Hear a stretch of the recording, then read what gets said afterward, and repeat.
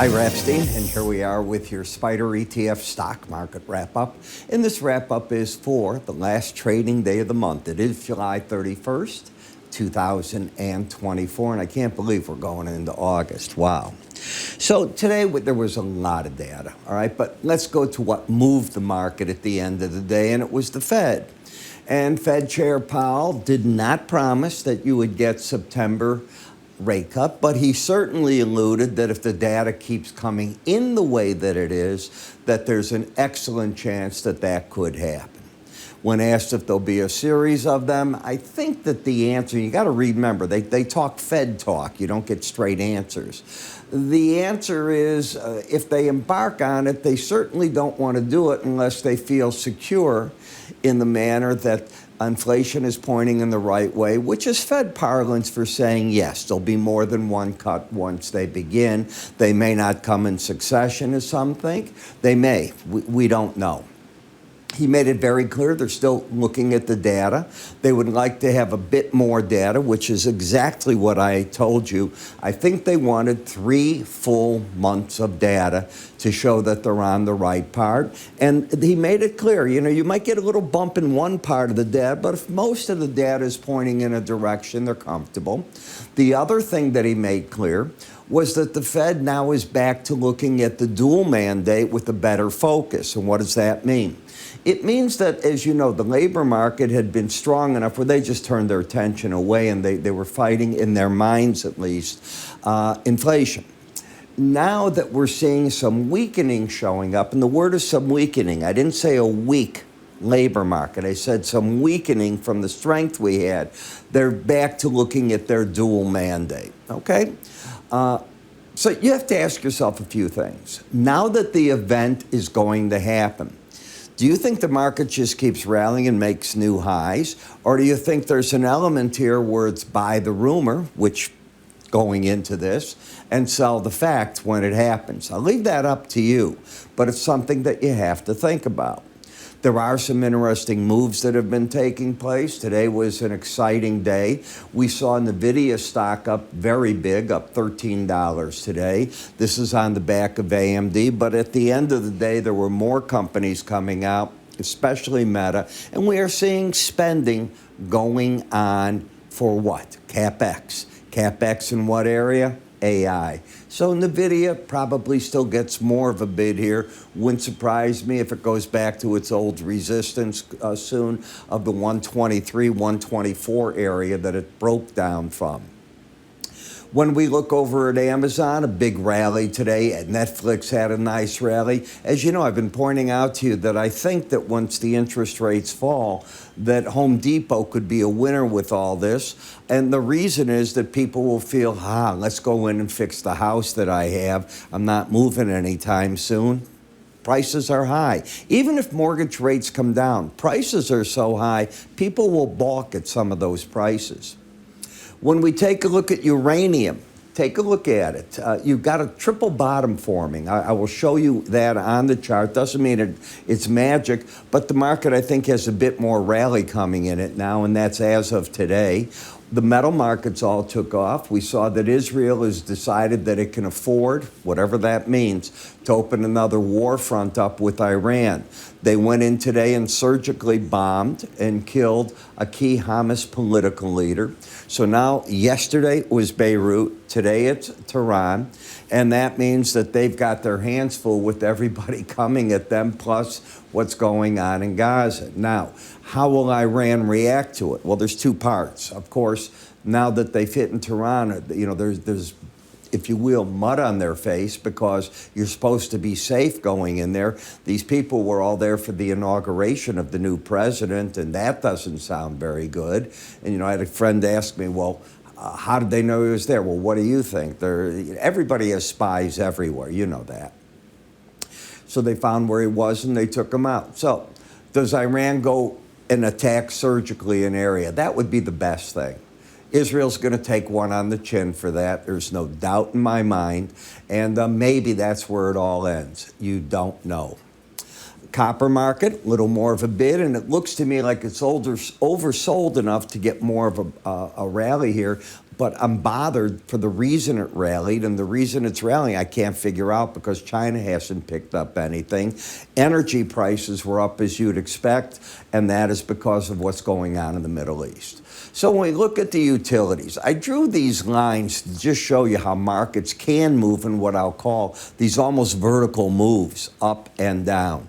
And you could see the one before it did something like that. You move down and then up. Not every market does this. This seems to be the cycle that utilities move in, and the cycle that it's got right now is lower interest rates. It's the reason I brought it onto the chart, because I said the odds favor that the Fed is probably going to talk lower rates in some manner, and you can see you're now up to new high. I've done my job. So write me. Let me know what new chart you want me to place XLU with. It's got to be popular, not something that's a penny stock and nobody follows, but something you think I haven't covered that deserves following. Write it to me on the YouTube channel. I read all the comments in the morning, and I'll take it from there. If I choose you, you will get a 1-year subscription to one of my services or a charting service, your pick.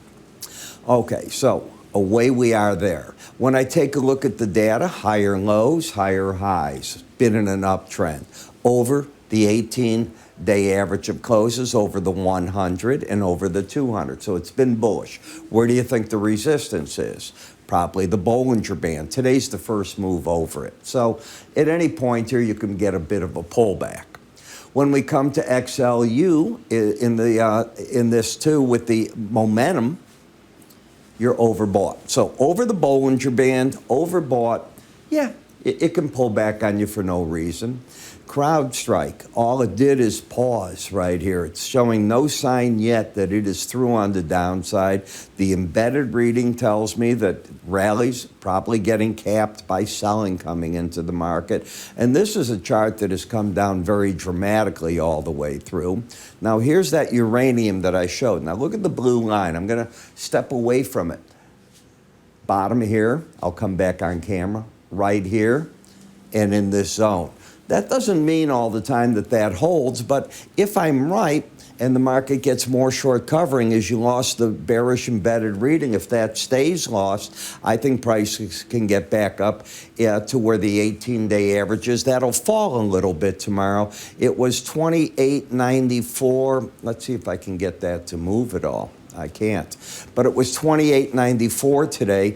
It was a little higher the day before, so it'll slip maybe to 28.80s, high 28.80s could be a number. In Rivian, you know, when you see a market and everything around it's going up and it's not going up, don't be a hero and say, oh, this is going to catch up. The market is having great trouble closing over that 18-day average. Should it take out the $16 mark, you do open the market up to get to the lower band. Now, that will also climb a little bit here. If you take a look, this is today. Let's see if I can get to yesterday. There we go. I am getting it to move. So it was 14.97. And now 15.31. It's moving roughly 30, 40 cents a day. So I can make an argument it might be into the 15.70 level, the Bollinger Band. Maybe that's where the market has to go to. In FCX, here too, just like uranium, are you losing the embedded reading? Not quite yet. So you got to be careful. You want to lose it if you're going to do anything, and you haven't done it yet. So even though the chart held nicely, and you do see this light gray line, the 200-day average in the Bollinger Band. We talked about that. I think the downside is over for the moment. It could rally to the 18-day average, but because it stayed embedded, not in that camp yet. Linn, whoa. Big outside day down, key reversal, the highest high of the move, reversal down. It's still embedded. I'd be careful, okay? These type of moves, when you get them like that, you have to take out that high soon to keep momentum going. Otherwise, watch this red line. If it closes under 79, you could be coming back here.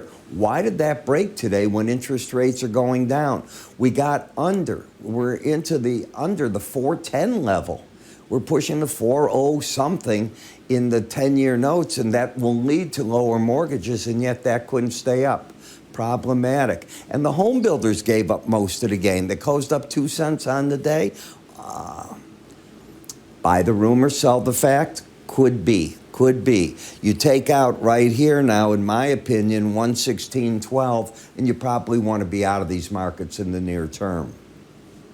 In XLF, well, you're overbought, coming up. And again, look at, you closed at literally the low of the market. So the markets that had been counting on the Fed news are not performing well. Buy the rumor, sell the fact, could be at work. I'm just pointing out what it is. Trends have not turned down. You're not hearing me say I'm bearish on these markets, but I am warning you on them. When everything around you is going up and you get the news you want and the market doesn't respond, maybe you've overstayed your hand. In XLI, I had told my traders this morning that we might get up to that upper Bollinger Band. I didn't realize I'd be right on the money, and I was. I think the market went through it by 9 cents. Not a bad call. And I said, you got to be careful. On the weekly chart, you're over the upper band. It either makes a move tomorrow, or it might be time to even cut positions further back on these markets, all right? I had my traders already cut back some here, and now I'm looking up here, and we'll see. You know, you always give the market the benefit of the doubt, but you're overbought, you're at the upper band, you're having trouble. The positive is it's a new high for the move, and I rarely get bearish at new highs for a move. In XLE, why did energy go up today? Well, you know the reason. I know the reason, okay? If Israel's attacking right in Tehran, they're looking to start something. They're the guys doing it, you know, so whatever they get coming at them, they deserve. Okay? They went into the bad boys' playground and made an attack. Something is going to happen. You can see how the market's right up here, and the market got nervous. But remember, the energy sector are more of the companies that make money on the refining in that area. They're vertical all the way through. When you have GDX, so the market got up here, and you would think all the metals would rally off the fear of the Middle East, and they did today. So you got that part going. Plus, you have a lower dollar. The silver market looks to me like it might want to go up and challenge wherever that 18-day average is. You lost your bearish embedded reading. I seriously doubt you're going to get it back tomorrow, barring a crash in metals. So I'm looking for price in the 18-day average to meet themselves. I think the pros are buying that. They might even be buying here to get up to the 18-day average, but I think there's so little on the table there, I'd be very cautious about it. I had been looking at it for myself and said, nah, that's not a trade that I want to do there. TLT, you're up to the upper Bollinger Band, so you're overbought. This is just like some of the other markets. This is where the market should have some trouble. So what do we have? Tomorrow you're going to get the Bank of England, and then the day after we get the U.S. Jobs report. And what about reports tomorrow? Because we have more charts to go. You got the Bank of England set on its monetary policy. We saw the Bank of Japan today surprise the markets. They'd made a bold move. They went both for a rate hike and a reduction in security plan. Challenger Group needs to give us an estimate of their planned U.S. employer job cuts. And then we get the second quarter preliminary non-farm productivity data. I like that data. I always look at it. Jobless claims, which way is it going to go, all right? You know, we have been seeing, and the Fed talked about it, they're seeing the continuing claims are not breaking, and they are watching the numbers here. They're not seeing the new job data, but it's a balanced market because claims aren't going crazy. So we heard talk about that. S&P Global Group will come out with their July manufacturing sector, and this is the final PMI. We've had the prelim, so they're looking for it to not be changed much. And the ISM will come out with their U.S. manufacturing sector index at 9 in the morning. So we do have a lot of data. And obviously, currency traders will be looking at what goes on in with the Bank of England. Are they going to follow any suit of anybody else? I don't know. You know, they've been a little behind the ball here. Now, if they watch the Fed, it's going to take really unusual data for the Fed not to make a cut, I think, in September. In UUP, well, you took out the bull move in the dollar. You couldn't quite make it to the Bollinger Band. Now you've broken through that low. You were overbought. So the play is over right there. And in FXE, you didn't quite get to the 18-day average. I would have assumed it was going to try to. It didn't. And it's still void of a trend with a higher high and a lower low. So you put it all together, and that's what you've got on your hands. You got an interesting time in the market.